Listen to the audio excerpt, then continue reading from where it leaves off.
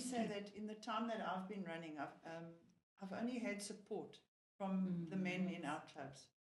Yes, you do get guys who try to, in the beginning when I was a bit more competitive or in the middle of my running career, there would be guys that would try and finish ahead of me or want to run faster than me on the training runs. We still have that. You still have guys that, and it's quite good, because it's inspirational. If somebody wants to try and run with you, don't see it as a challenge or competition all the time. See it that you're inspiring them, because the only way you can get faster is by trying harder. And I always, in my beginning years of running, I used to set a target on somebody, not as a enemy, but I'd say, if I could run like that person, then I'll be happy. And every race I ran, I would try and catch up to that person.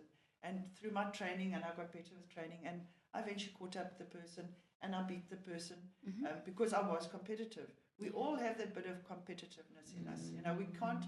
We won't say we only run for fun. We run for fun, but you also want to be a bit competitive. Yes. You want to improve.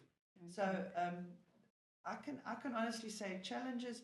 I can't really say that they're big challenges trying to do better, trying to get to the races.